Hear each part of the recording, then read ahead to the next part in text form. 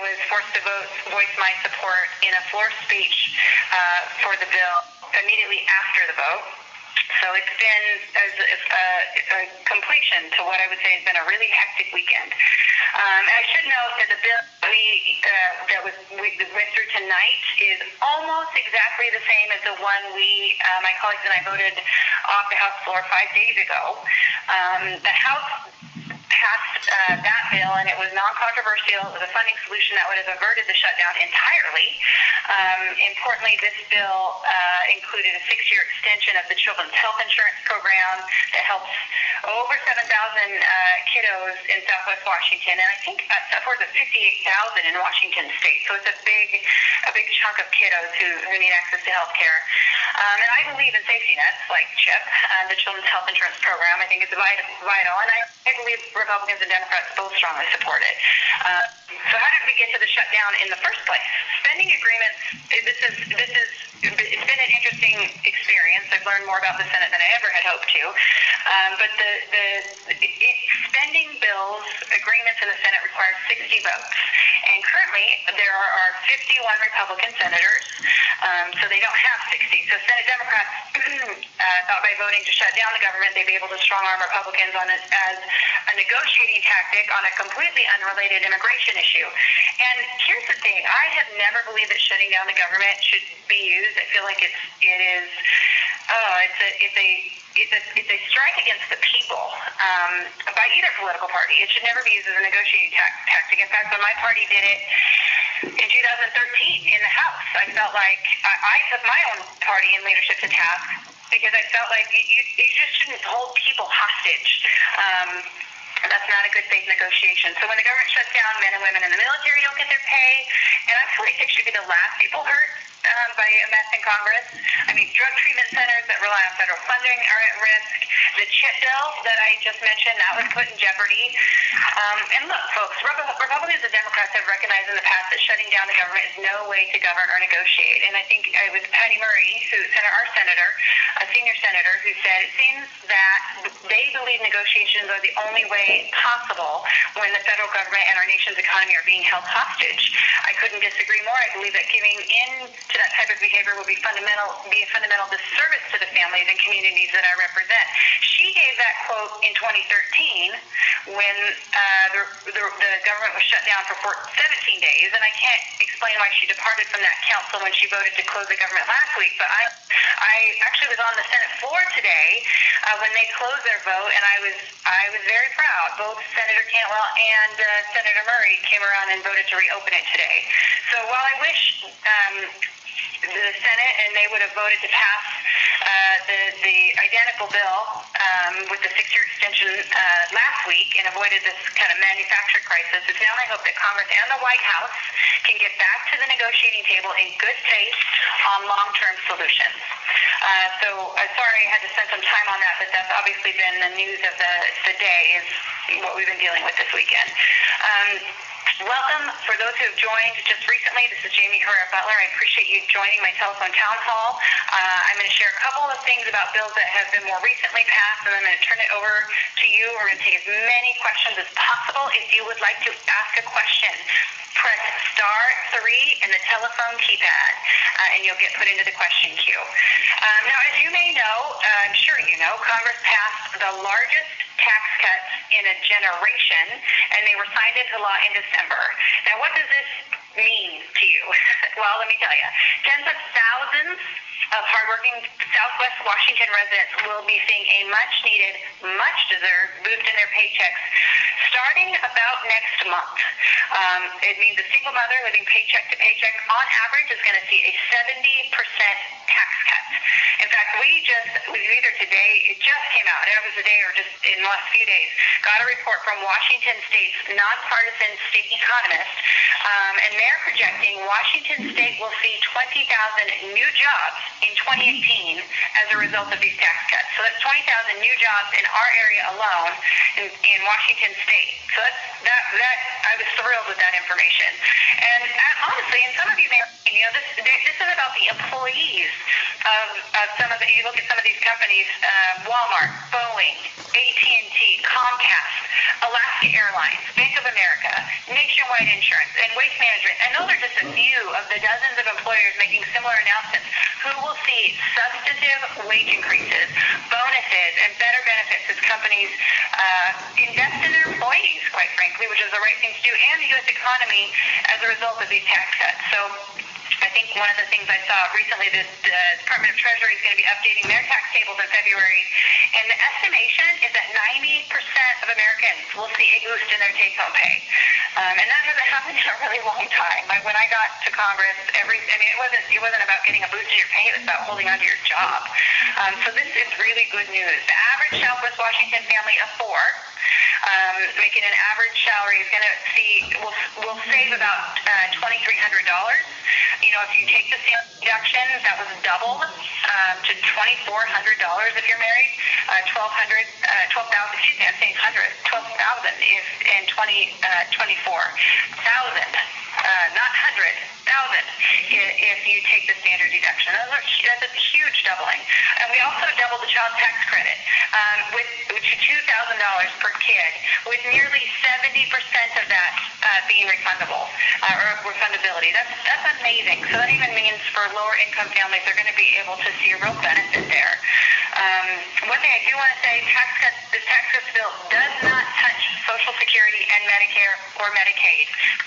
There are some political misinformation out there trying to scare seniors, and it angers me every time I hear it. It's just not true. The tax cuts, let me repeat that, the tax cuts bill does not touch Social Security, Medicare, or Medicaid. This is something that I see. I was really excited about this bill because it's going to actually benefit strongly the people in our neck of the woods. I also want to mention too, and for those of you just joining us, please press *3 if you want to ask a question and get into the question queue. Let me also mention another update. For those who are serving in the military, we provided service members with their biggest pay increase in 8 years, 2.4% pay increase, and that went into effect for servicemen and women January 1. So be looking for that. And let me switch to public lands. I want to take a minute to discuss public lands and their importance to our region and emphasize our commitment to preserving not only the public lands, but the public's access to their lands. Because it doesn't matter if we have all this stuff and then we can't experience it. We can't take our kids. We can't enjoy it. So access is just as critical. And you may have heard on TV or the radio, there's a question about whether I'd vote to, quote, gut protections for monuments and parks here in Washington State. It was a very ominous ad. I heard it, actually, and it was startling. There's, some of these claims Congress is considering legislation to sell our national parks and our monuments to the highest bidder. Well, I'm here to tell you, no such legislation exists, at least to my knowledge, and I've looked. And I would oppose and fight any attempt to sell off, gut, or remove protections for national parks or monuments. I have spent time, some of my fondest memories with my family are enjoying Gifford Pinchot or Mount St. Helens.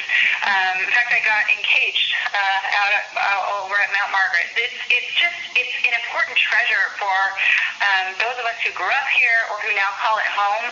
Protecting access to these amazing resources is critical to me, and it's critical. I've taken it seriously since I took this job. In fact, I think every action I've taken is to better manage and increase the public's access, whether it's fighting for funding for public trails, standing up with sportsmen and recreationalists when the precious hunting areas were threatened, or helping to broker a deal to improve the Pacific Crest Trail. That would also leave counties beleaguered taxable land base whole. So there's a few things I wanted to hit on. *3 if you want to ask a question, and with that, Jordan is going to help me, and we're going to take as many questions as we possibly can. Go for it. And our first caller is Barry from West Center. Barry, are you with us? I am. Yep. Thank you, Barry, for taking my call. What's on your mind? Well, this evening on Fox News, they are reporting about a memo that has apparently been released so that Congress can see it. And I was wondering if you can tell me when that memo is going to be released or how it can get released for the public to see it. Good question. I actually used my time wisely on Saturday when we were here during the shutdown. I went down into one of the secure, they call them skiffs. It's basically a place where you can go through classified documents in a secure way, and read the memo myself. And so bear with me. I'm going to be a little careful about how I talk about it because I don't want to get myself in trouble. But I fully believe that the contents of that memo must be made public. When I read it, it was only like 4 pages. When I read it, I was very deeply concerned, and I felt very strongly that the folks I serve deserve to know the information in that memo. And actually that day I talked to our leadership about it, as did a number of members, quite frankly. Everybody's paying attention, and what we learned was there is a process for release. The chairman of the relevant committees, it's like Intel, Judiciary, I think there's a couple other, are right now they're lighting the fire to get it through. It's not a super long process, but there's a few different areas that the memo has to go through to be released, I don't know, you can't just deem something unclassified, or at least we can't. And so we want to make sure that it goes through all the proper channels, and that it's done in a nonpartisan way so that the information stands on its own. I don't want anybody blowing holes in this to try and cover up things. I want it to be beyond reproach in the way that it's released. So those folks who have the same question, we are getting there. It is happening now. It has already started the process to be released. And there's probably, I think I have actually took a picture of there's a little progress, a flow chart. There's about 4 different steps it has to make, and each step has 3 to 5 days that it has to, come to fruition in that step. And then they move forward. So I don't think it'll be very long before we see it. The process is moving. And rest assured, we're going to push until it gets made public because it's just that important. Thank you. Thank you very much. All right, Jordan. And our next caller is Christy, and we don't have a city for Christy. So if your name's Christy, just start talking. Yeah. Oh, hi. Well, you're the the other Christy's there. As we know, Trump has been accused of paying off a porn star $130,000 to keep quiet about an affair. Will Republicans be opening an ethics investigation into that? Will you lead the charge? I don't know if it's alleged, right? I think it's pretty sure that his lawyer paid her, right? So I think I think they did it. I can't launch an investigation into something unless there's an accusation of, I can't personally do it, but the House doesn't do it unless there's a lawbreak. Does Trump's character matter? Oh, I believe it does. I believe it does, and I don't know if you remember through the last election, I actually didn't support the president because of the problems I saw with his character, and I took a whole heck of a lot of flack from my base. So yes, it does. I'm just telling you the limits of my authority on that issue. I saw the same thing you saw, but I can't bring a federal suit because somebody was paid off. If the White House chooses to speak more about it, they can. I guess I would just say they can answer questions. Will you demand that they speak more about it? They can. I don't know if they will. And I don't mean to sound. Certainly don't mean to sound trite about it. I feel like my job has been, how do I focus? There's so many priorities. How do I use my time the most effectively for the people I serve? And I could spend a lot of time doing press conferences about it and talk about it, but it wouldn't change the dial, so to speak. And I feel like people have sent me here, and quite frankly, a majority of the people in our region supported Trump. So I feel I'm trying to make sure that I'm being respectful of what they've asked me to spend time on. So I realize it's a challenge, but that's not really something I can do. Thank you.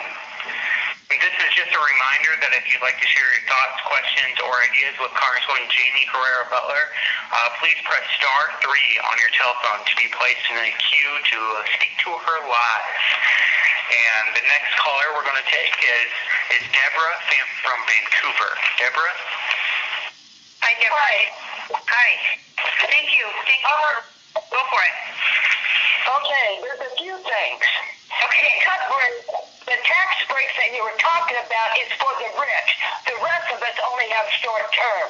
That's one thing that's a fact. Point two, the shutdown was not just for the dreamers, which you still don't vote for, which you still leave them out there, and they've been here since they were children. They didn't have to come to this country, but they're involved. They're in our military. They're in our colleges. And they speak perfect English. And the reason there was a shutdown was because of the budget and Trump constantly lying. Now you can say you don't want to make a stand, but Trump is nothing but a liar. And he said that he was going to take public lands and turn it for the oil. And you're saying no, but yet you won't stand up and be heard for us in Washington? All right, let me unpack that for a minute. First of all, I didn't say I wouldn't stand up to him on the oil. Oh, heavens no. In fact, I sent a letter to the Secretary of the Interior last week telling him we're not interested. We actually want the same exemption that you gave to Florida with regard to oil drilling off our coast. So I never said that. I maybe it's being inferred just because I said I'm not going to be able to go after him because of the payments his attorney made. But, absolutely. In fact, that's a great example of an area where I just disagree with the administration and feel like the folks in our area want us to maintain, they don't want us exploring off our coast. We've got a vibrant fishing and shellfish industry. We've got amazing ports that do awesome stuff, and we're not interested, and I told him that. But let me go back, because you said the tax cuts are only for the rich, and this is one of those political mistruths that's being told to people, and so I'm not surprised that you've heard it, but let me share with you, every single class of people who pay taxes from the very rich to the very poor will see it decrease. This was across the board. It cut rates for every family. And the people who are going to feel it the most, who got the highest rate cuts, are the lower and middle income families. The ones who are going to have more take-home pay, who are going to see faster wage growth, who are going to have more job opportunities. It is the middle income family in Southwest Washington. I mentioned that single mother who's living paycheck to paycheck in our area will see a 70% tax cut. 70%. If you look at the average family in Southwest Washington, their child tax credit just doubled. Went from $1,000 to $2,000. Over 70% of people in our region claim the standard deduction. That's for all counties in Southwest Washington. Over 70%. We just doubled the standard deduction for a married couple from $12,000 to $24,000. So it is a political fallacy that this is just for the rich, because it was centered on middle-income families. In fact, and one thing you did say that I agree with, you were outraged that this wasn't a permanent tax cut for all these families, and I share your outrage, which is why I've actually already spoken with a few of my colleagues about this, and I am going to be sponsoring a bill to make the individual tax cuts permanent by the end of January. I plan to get on as soon as we can introduce that bill, my name's on it, because I think your point is valid. Why isn't it permanent for everybody? I pushed to make it permanent. I'm not on Ways and Means, so I wasn't as close to the action as some, but no skin off my back. We're going to push hard now and make sure it happens, and the permanency comes through for individuals, because I agree, it needs to be that way. And you said the Dreamers didn't cause. I said the Dreamers didn't have to do with the shutdown. I actually didn't mention the Dreamers at all in the shutdown. I will tell you, I think we need to come to a fair, just solution for those kids who were brought here illegally without their own consent. I think we can do that. I also believe that whatever we do needs to be coupled with border security. But here's the thing. I was very clear when I had colleagues who came to me and said, hey, let's work on this deal while the government was shut down. Open up the government, because holding the whole government, the military, children's health insurance, holding that all hostage as a negotiating tactic for one piece.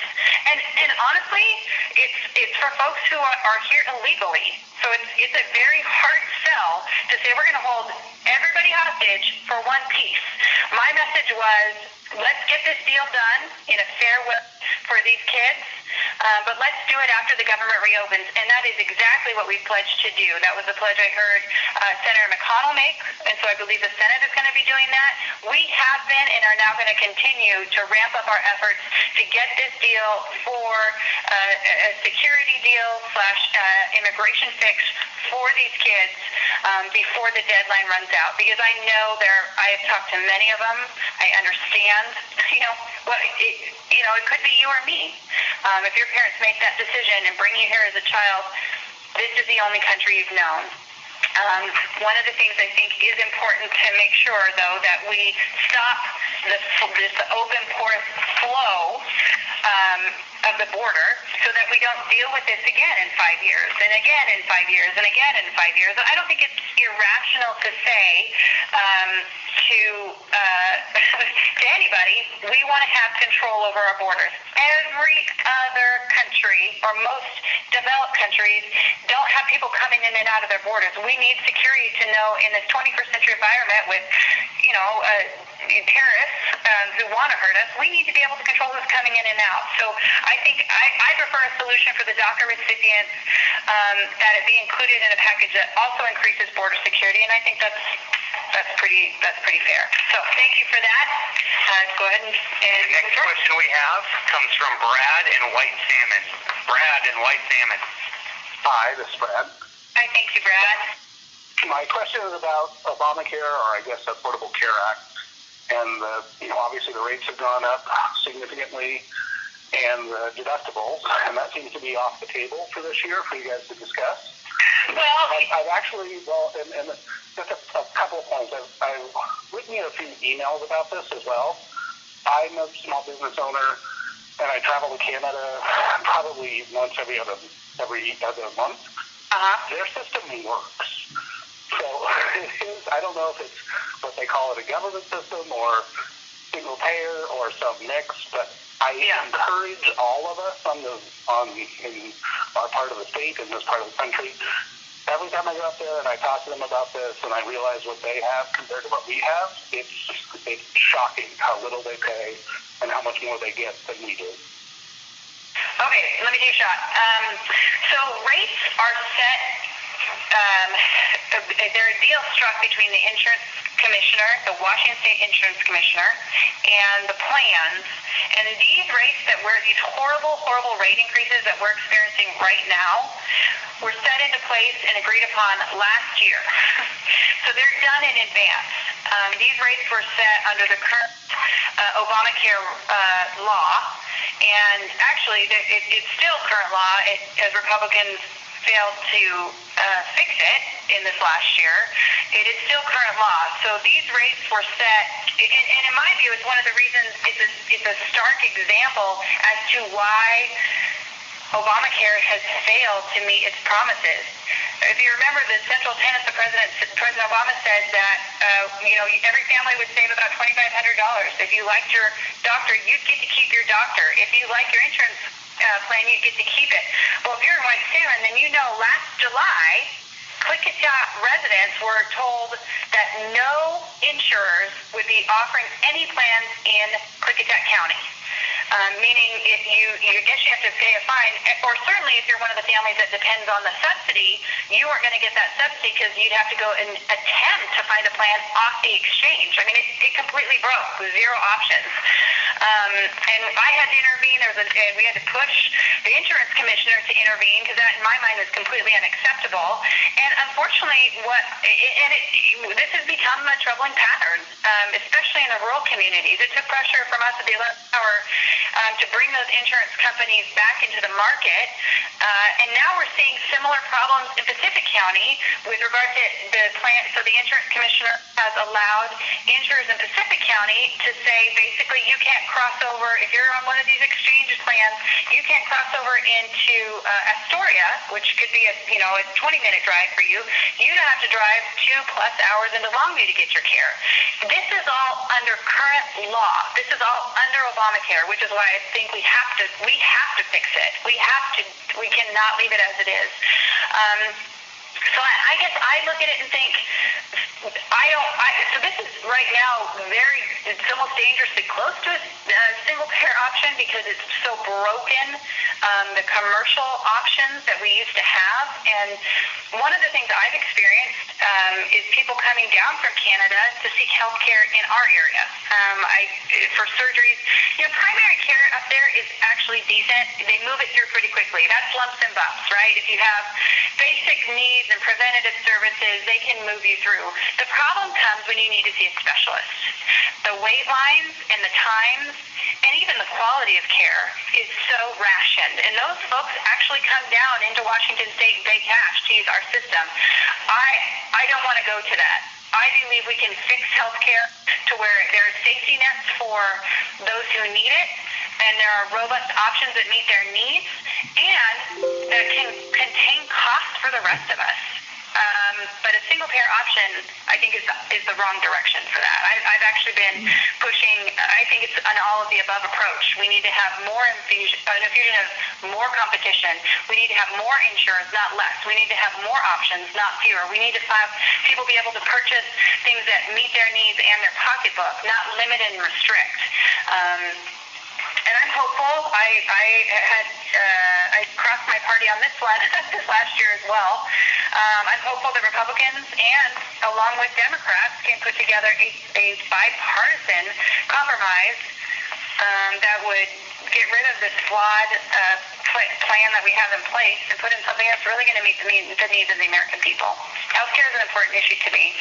I've lived it, and I want to make sure that those of us, it affects all of us.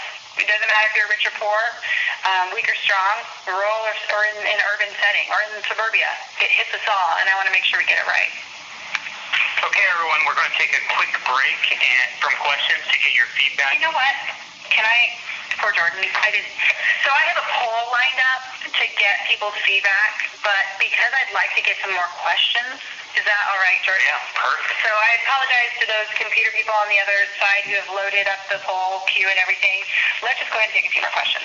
Sounds great. Next question comes from Larry. Larry in Goldendale. Larry, are you there?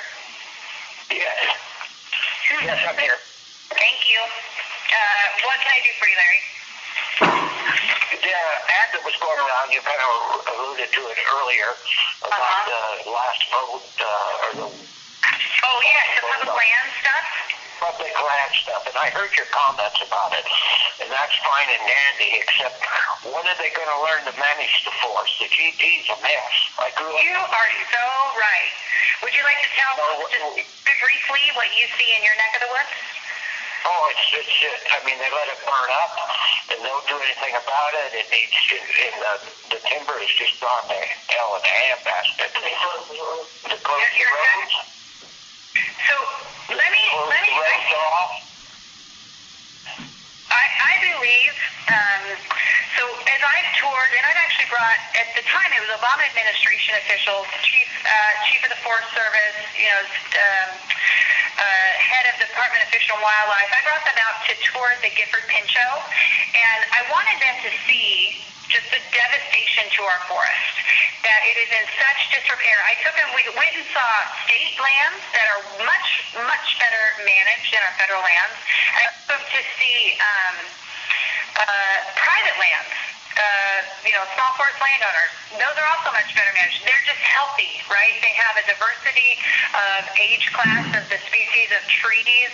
There are some gaps in the canopy, so sunlight hits the forest floor, so different critters. The ecosystem is healthier, right? Different critters have access to different things. And when you have a healthy ecosystem in a forest, it's not as susceptible to disease or to catastrophic wildfire burns. The animals that depend on the forest are much healthier, right? And unfortunately, the federal government has exactly what you said, let our forests go to hell in a handbasket. And it infuriates me as someone who loves, who grew up just on the outskirts of the Gifford Pinchot, spent her time, her summers, recreating and camping in and around our federal forests. I want to pass on to our children a better, healthier forest than what we have today. And that's why why those ads were so disingenuous. I don't know much about them. I didn't do any research into who funded them and why they funded them. But my guess is it's some radical extremist groups that don't want us to have access to our federal lands. I had to work in Skamania County. So as you know, similar to Clickitat, Skamania County, it's almost 85% of Skamania County proper is owned by the federal government. It's part of the Gifford Pinchot Forest. And in the last 10 years, they used to manage it, right? So that every now and then, certain types of timber sales, then the tax receipts would be used to fund local police and fire and our schools in those areas. But as a result of extremist lawsuits, all that has stopped. And so more trees are falling and dying, and they cause a fire hazard, quite frankly, then they are being removed. And if we just cleaned up some of that, I'm not talking about clear cutting, my goodness, I'm just talking about maintaining the health of the forest, we could see a benefit to the local communities in the form of tax receipts, and we wouldn't be fearing for our life that the whole thing's going to burn. I think, I'm trying to help keep some sanity with regard to how we manage and take care of our public lands. And I think that ad was motivated by people who don't want us to have access to it. They don't necessarily want, us to be able to go up and hunt in some of them. I used to be back a proposal a few years ago that would have made Mount St. Helens a place where you couldn't hunt. And on its face, it sounded nice. Hey, let's make it a better park. Well, I'm all for parks. But if you dug deeper, it meant that there would be no hunting access. I had to step on that fast because I'm not about limiting access. I'm about increasing it. So thanks for asking about that. I think that's one of the areas where, unfortunately, that's part of my job, right? Politics is part of my job. But thank you for giving me the chance to clear the air with it. And next up, we have Debbie from Vancouver. And also just really quickly, just a reminder to ask the Congresswoman a question. Just press *3 on your phones. That's *3. And once again, going back to Debbie in Vancouver. Excuse me. I-205 and I-5 are federal roads, so the state of Oregon needs permission from the federal government to toll them. Who can we contact at the federal level to try to convince them not to give Oregon permission? Oh, I love this question. I'm so glad you asked it because I haven't been, with everything that's been happening in D.C., with the children's health insurance and so on and so forth, I have not, this is an area where I'm going to devote a significant amount of my time in this next year to stopping this harebrained scheme that Oregon has to toll, basically just to pick a Southwest Washington residents who are forced to go there to commute for work. So let me break it down for you.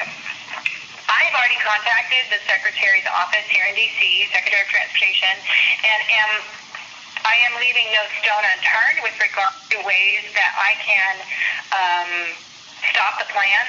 But current law is, if they put together this plan and it passes muster for what their goal is, and granted their goal can be, purple unicorns and psychedelic butterflies, if it meets the goal that they state, then the current law is that the Secretary has to permit it.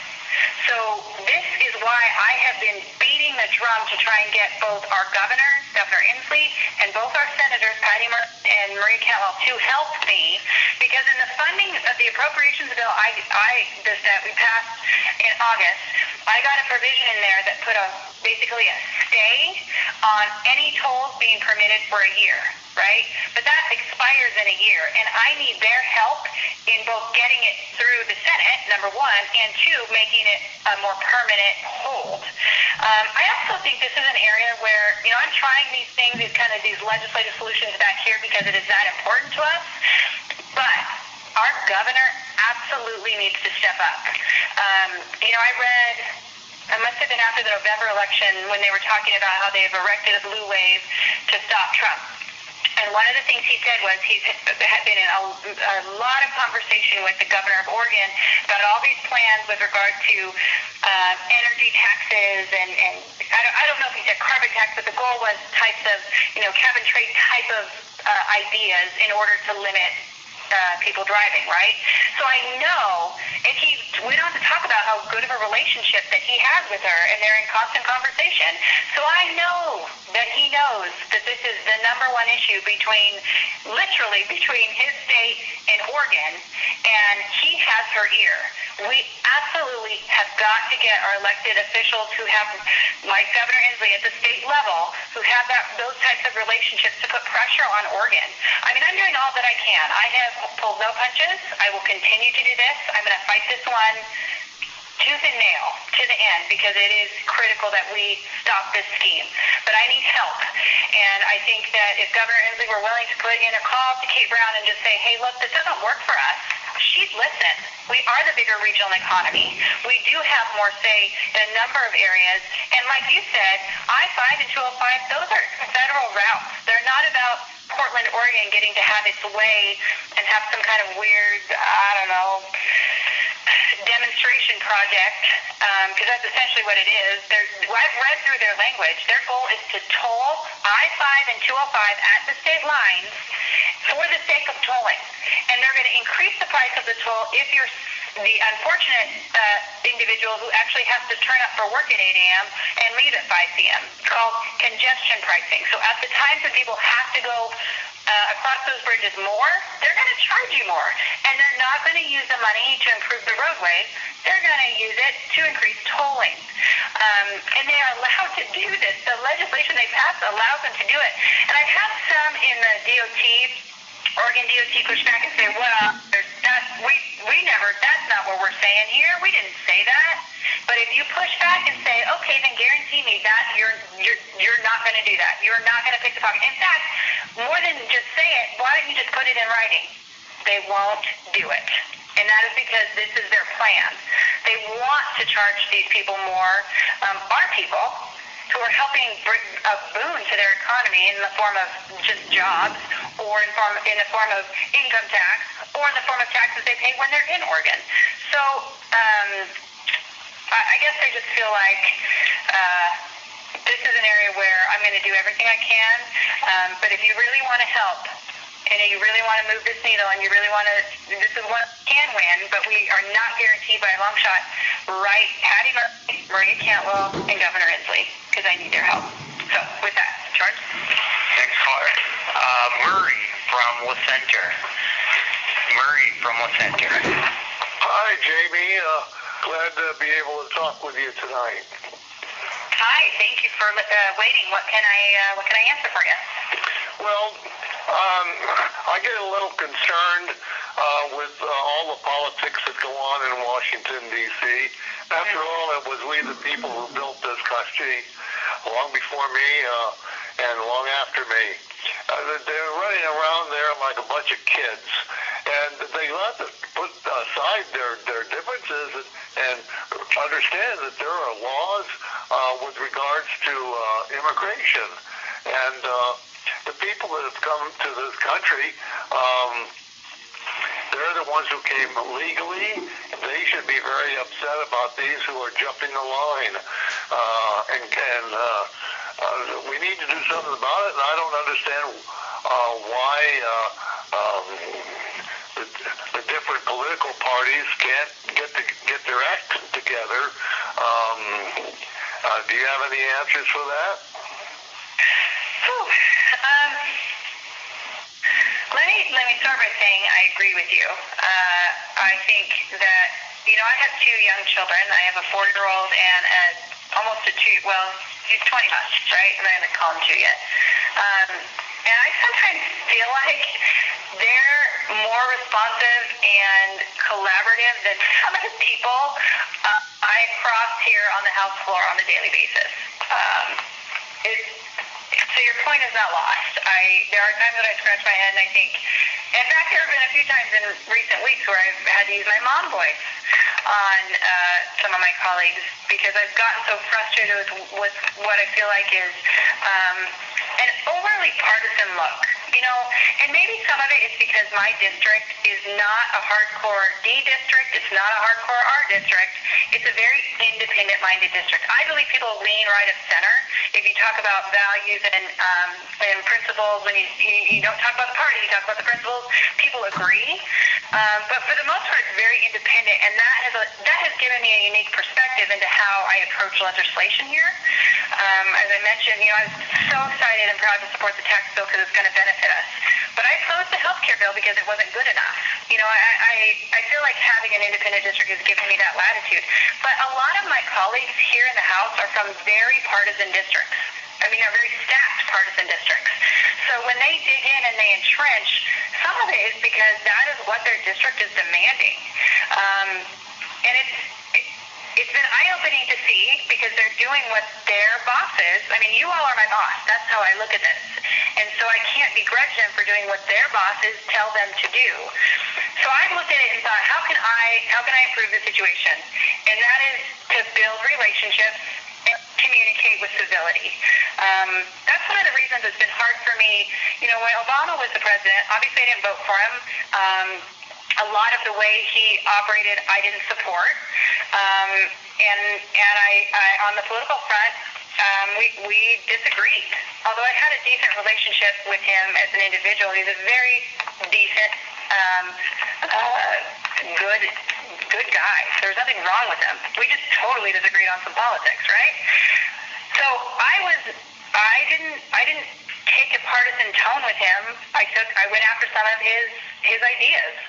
And now that things have flipped, and the more liberal Democrats see that, Republicans in the White House, I get people all the time who are just so upset that I am not, calling out the president daily and going after the president for this and opposing the president for that. And I keep saying, wait a minute, I showed respect to the president of the United States who last held that office, and I'm going to show respect to the president who holds it now.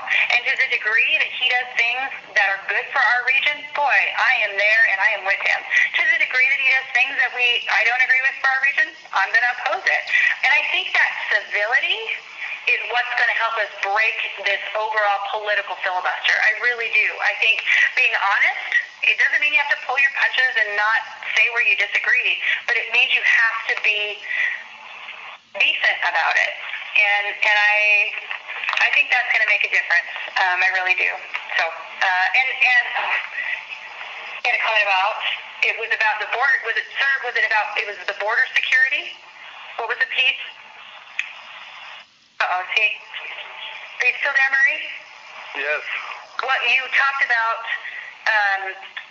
I wanted to make sure I'm answering your question, because you also talked about the border security piece and people who come illegally. What was your question? Yes. Well, yes, because we do have immigration laws on the books that have been there for a long time, and the wall was passed many times by previous constituents, and yet they never fulfilled the law furnishing the money to have this. And now the president, he needs the wall. We need to do something to stop the illegals from coming into this country. We just have to abide by our laws, and of course we want good people coming into this country. So. Yeah, I don't know. Let me say, we have in the appropriations bill that we passed out of the House in August, and I'm on the appropriations committee. I helped craft the bill for all of the government funding pieces, but on that one specifically, I know that we put money in it for a wall. The challenge is, and I think the administration has said it. I am open if they think different areas that have different types of technology will work better than a wall. I'm fine with that. I don't actually have a preference. I just care that we secure the border. That's my preference. So if they think a wall would work, if they think increased border security agents would work, if they think better technology would work, I am open to what works, but it is not radical to say we must know who comes in and out of our country. We must have control over it. It's a safety issue. That's totally legitimate, and we have to do it. So that's one of the reasons I think it's totally fair to say we need to have this in place. And I think we can, and that's why I think this is a good opportunity. You know, we have these young people who were brought here illegally by their parents, but grew up here. I mean, I've met people who were 18 months old when they were brought here.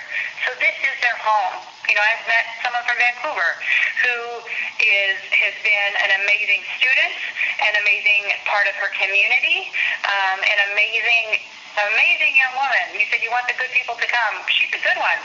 And she broke down in tears in my office because even when she was told, okay, you know, you were brought here illegally, but if you come forward by the government now and give us your name and show us where you are, we will grant you a residency. It's not citizenship, but a residency so that you can go to college. You can be a part, you can pay your taxes. You can take the fear away. And she did it. She complied. And now, I mean, she broke down in tears. She doesn't have family that she knows in Mexico, what she's supposed to do. And I think you and I think most of us can agree that there is a humanity piece there that we need to deal with in a good way. And I want to do that. I want to make sure these kids don't have to live in fear. But I also think along with that, it's totally legitimate to say, well, we need the border security. It's not a difficult proposal. That's a good pairing until we can get to a big picture immigration bill. Let's take a couple pieces that we can get now that need to be done until we get to a bigger deal. And I think that's where we're going to end up, quite frankly. I know the White House has signaled they're okay with that. I've talked with a number of Democrats here in D.C. in some meetings. I've been a part of several different working groups on this to try and get this deal done, both for the kids and for the security of the nation. And I think we're going to get there. Shutting the government down was not a good way to get there. I think we can get there in a rational way, and I'm committed to keeping working on it. So thank you. The next question we have from Larry in Vancouver. Larry in Vancouver. Hello. How are you guys doing tonight? Hi. Good, thank you. What's your mind? Well, a couple of things. One thing I've never been prouder, you guys, that the Republicans actually grew a spine today and actually won a government shutdown, and it was wonderful, and was very happy about that. The other thing is I really don't care about the tolls or anything in the Portland, you know. I think we need to worry about getting a bridge built. So, I mean, the traffic is ridiculous. So, I just, you know, it's bugs me to death. And I think, you know, instead of focusing on tolls, I think we need to focus on either, you know, the autonomous cars giving us a lane to go on or something else, you know, to reduce traffic. And to keep going on the Canadian thing, on the guy that called in on the healthcare, I go up there hunting all the time. Every time anybody ever gets hurt, even just a broken leg, we're down in Harborview in Seattle. So nobody goes to Canada. If you get hurt, you're not going to stay up there. And the last thing where I want to know is, sorry, You're fine. one is the tax cut you guys did. You know, I had to go to my board of directors today, and I'm giving it, you know, I only have 12 employees, but I have to give them all $3 an hour raise, and we're upping their benefits. And it was really cool when I went to the board of directors. There's only 5 people, but, you know, they were like, how much is it going to cost us? And we're actually saving money with the tax cut. We're actually my goodness, coming off the bottom line. So you guys as Republicans need to tout that these people getting this benefit from these corporations, it's not coming out of their profits or anything. It's not coming off their bottom line because that's, you know, that was the cost of doing business. Wow. And you guys reduced the cost of doing business. You guys didn't give us a bonus or anything. You just reduced that cost. And you have to pass it on because people like Target and stuff will steal your employees, so you better give them a raise. But you know what? At that last point, I was just reading an article today about that. Part of the reason it's almost this Me Too effect that we're seeing because a few jumped out and did it because of it's increasing the competitiveness in the job market. It means people are going to have access to better jobs with better pay. That is a fabulous outcome. I mean, like I said, when I took this job, the desperation and the fear was palpable with regard to, can we even afford to keep our house? Can we afford to keep a roof over our head? Say nothing of someday retiring. And now to see this turn, it really is music to my ears. So I appreciate your mentioning that. Let me say, I agree, and Oregon's tolling scheme would make it more difficult to address I-5. I mean, you're saying toll isn't necessarily your issue, but if they put this in place, our ability to add an additional lane on I-5 diminishes significantly, because part of their plan paying for their portion of that lane was to toll. So if they toll now and use that money elsewhere, it's not going to come back and be used to help us address congestion on I-5 or a third bridge. I am not in any way, I'm open to all ideas. I am not opposed to a third bridge at all. I think my only challenge is how do I bring in the federal support on that. I know on I-5 it's a federal highway. I can help put, and I've done this, put money into grant programs here in D.C. that we could draw from for that bridge because it's a federal investment. Depends, the way the third bridge is done would possibly complicate my ability to do that. So it's just something to be aware of. But I'm not opposed. I think the more throughput we have, the better. The less people will be sitting in their cars and having that, having their cars idling, the better. The more people that are moving, the better. So I agree with you on that. Thank you. And next in line is David from Vancouver. David from Vancouver. Can you hear me? Yes, I can. Thank you. Go ahead. Hi. My name is Paul. I'm hard of hearing. I am a community advocate at Syncom, the Southwest Washington Center. That's a hard of hearing, and we help 12 counties on the west side and the east side of the mountain range of deaf and hard of hearing people, including people who use sign language, military veterans that lose their hearing, senior citizens. One of the concerns that I have and my friends and my clients and coworkers have is a very serious one, is with net neutrality and the fear that they have that the Comcast monopoly, which is really is like antitrust laws. I don't know why it doesn't impact them. That it makes the internet slow down, that we are going to not be able to call 911 or call each other because it's going to be slower and slower. Today, for example, we had for an hour no way for us to call out, even to call Comcast itself, when our internet disconnected. And I wasn't able to use our telephone, a video relay service, because it froze. And I was with the client when it happened. Oh my! It froze, and the interpreter froze, and we weren't able to finish the call. And we were scared that we were going to have to turn our clients away.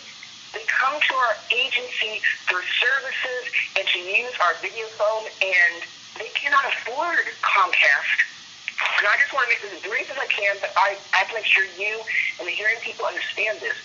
Whether you have a caption telephone with a landline, you still pay for the landline, which is about $12 at the cheapest that you can get, but you have to pay for internet to make the live caption come up because federal law pays for interpret.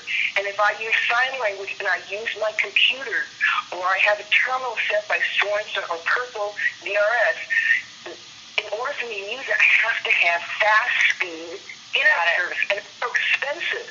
So can you address for me and the other deaf people of Washington State how you can make sure that with the concerns of net neutrality and the high expense and poor service from Comcast in this area, that we can make sure that in emergencies we need to call 911, or if we just need to call our loved ones or talk to you right now on a telephone town hall, that it would be possible. Okay, let me ask, have we met? Yes, we have. Okay, I thought I recognized your voice. Okay. We've met on a few different issues with regard to folks who have had, you were, I think, I don't want to share everything, Anyway, but awesome. Okay, anything you want. No, I appreciate it. You were out here too, right? You came to school out here, yes, and I've seen you down in Vancouver a few times, and we've connected. Okay. I'd like to know if you would be willing. I would love to. I'd love to help with what you experienced today with your business. That is unacceptable to me, and I'd like to understand why it happened, from the provider. I want to get a hold of your provider, the internet provider, and find out why that happened, because that's unacceptable. Would you be willing? I don't want to put your name out here in front of this whole call, but maybe would you be willing to get a hold of Pam in my Vancouver office tomorrow? Because I'd like to do a congressional inquiry. Because here's what I'm being told. I have the same concerns you do. My goal, and it's kind of a basic principle with regard to the internet, is freedom.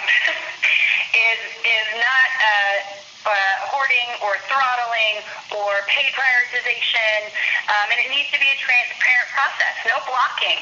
And I think some of what I'm trying to take some of the examples of these types of examples to put together maybe bipartisan legislation that's going to clarify that. So I might need a little bit more of your help. So would you be willing to call my Vancouver office tomorrow and ask for Pam so we can get your information so I can look into that? Absolutely. And I would like to say one more thing if I can. Yeah, please. I talked to our president, who is also deaf. His name is Don Redford.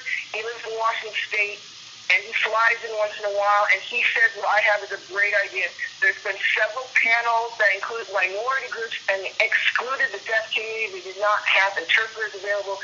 So I thought, wouldn't it be great if this summer, when you are back home here in Vancouver, Washington, I would like to invite you personally to come to our deaf center and have people be able to talk to you directly. I will do my best to sign. You know how I sign in broken signed English. Yeah, I know you learned a little bit ASL back a long time ago. I went to Prairie High School, too. Well, I would love to come. So why don't you when you talk to Pam tomorrow, why don't you fill in details? But I'm really intrigued by what you're doing in your business venture. I think it has the potential to really be a benefit to folks in our area. So thank you for that. I appreciate it. Thank you so much. I appreciate you listening. Yep. It looks like we have time for one more question, and we're going to go to John. Next up is John from Goldendale. Oh, a lot of Goldendale today. Welcome. Thank you very much. Actually, I have a couple of questions. One is, you have talked about DACA a few times, but each time you've talked about it in terms of border security. To me, these are two very different things. They're related. But DACA has to do with kids who have been here for, up to 20 and 30 years. And the border security is something that neither the Republicans nor the Democrats have taken care of for 20 to 30 years. So I don't think it's fair to blame anybody about it. It's time, if something's going to be done, it should be done. But DACA, which has been held over in terms of part of why we don't have an agreement on the funding of the government, Republicans don't seem to be interested in the DACA situation. They don't seem to be willing to go along with the Democrats in agreeing to a DACA agreement. And that seems to be a wrong approach. For one thing, it's stopping government funding. My second issue has to do with, you have talked about all the wonderful things that are going to be coming from the tax cut. And certainly a number of people are going to benefit it. It is also, I think, true, based on the Congressional Office of the Budget, that the rich are going to benefit the most. However, a bigger issue to me is, this is candy in our pockets today. No one has talked about how are we going to pay for it. It's $1 trillion or $1.5 trillion, depending upon who's counting, that we have added to our debt. And no one has talked about how are we going to pay for it.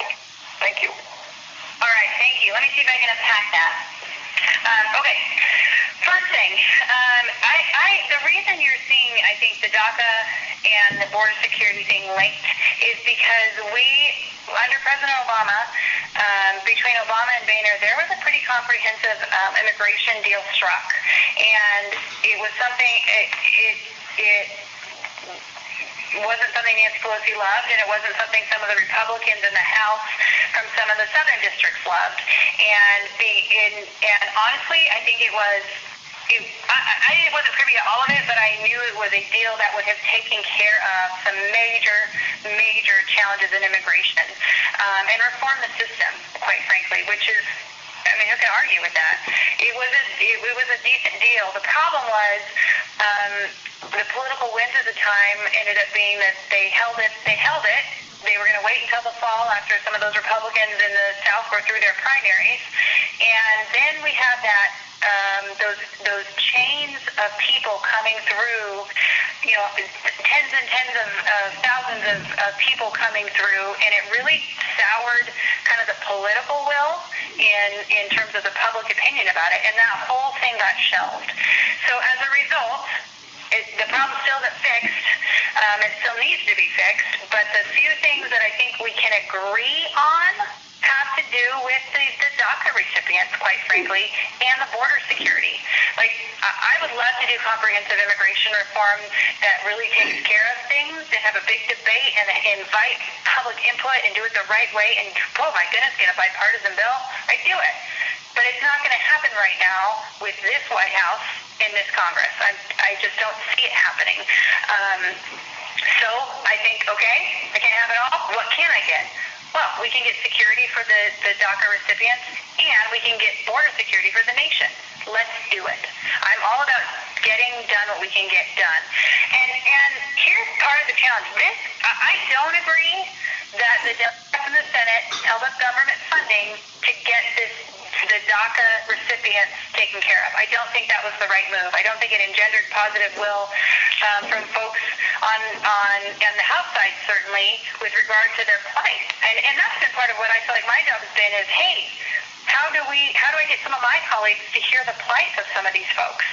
The deal that they put together in the Senate and they demanded, most people don't know this, the deal that the president rejected would have given 11 million people amnesty.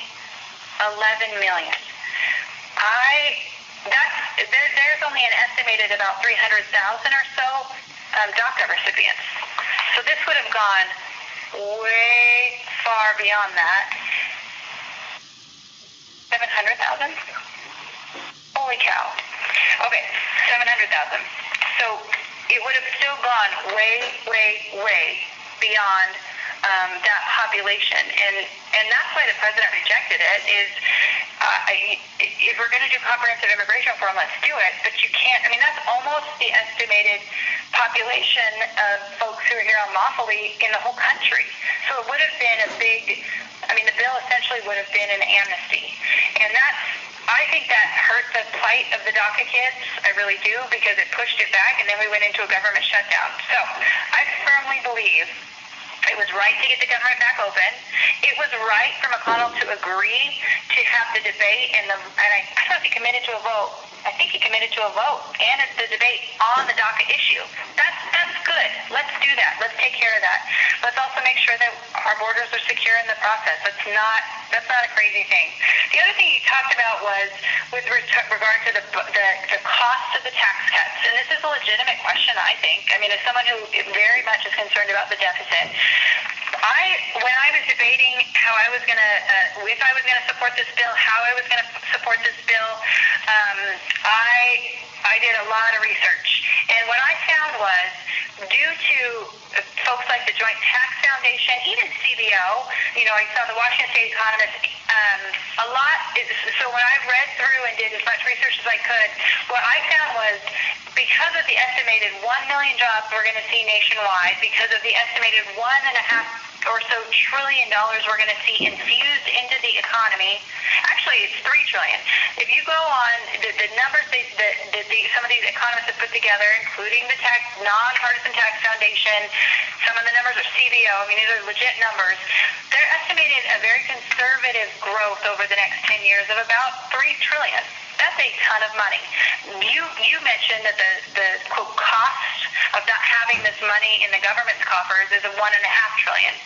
I mean, the growth right there in my mind makes it worth it. But beyond that, we're going to see more jobs. We're going to see more people make more money from their jobs. We're going to see people with faster growing wages from those jobs.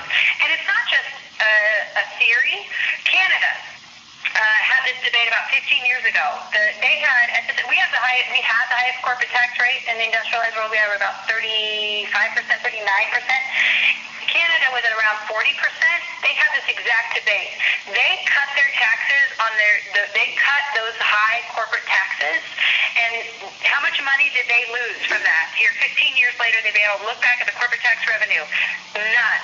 In fact, they have made new jobs and new investments more than the U.S. during that same time.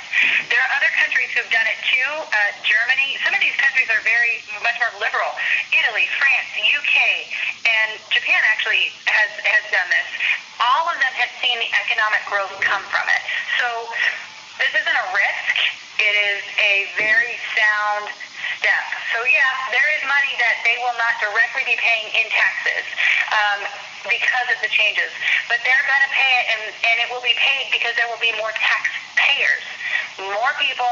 So it's not about cutting up a small pie. It's about growing the pie so that we all have more, we're able to do more, and quite frankly, we're able to raise our families and go pursue our dreams, run our businesses, raise our children, choose our schools, choose the health care we want. That's what I want for the people in our region. I want economic freedom. I want the freedom to be able to live and grow and thrive and continue to call Southwest Washington home. And I truly believe, though it's not going to be perfect, because nothing ever is, it's not a magic unicorn, but I think it's going to take us out of this slow, sluggish economy where no one has seen wage increases. People have not seen benefits in the last 8 years, to where now we're already starting to see those things as a result of this bill. I think it is a step worth taking. And with that, I appreciate your time. We are over time. We are going to wrap this up. If you did not get to ask your question, stay on the line. As soon as the call ends, you will be put into my voicemail. If you would like, if you want to just say something, you can. If you want me to respond, leave me your email address and or your address so that I can respond to you, because I want to hear your thoughts, I want to hear your questions, and I appreciate your time. It is my honor, my privilege to represent you in Congress. My family and I do this together. We look at this as a high honor to get to serve you, and I don't take it lightly. So thank you for that, and have a wonderful evening.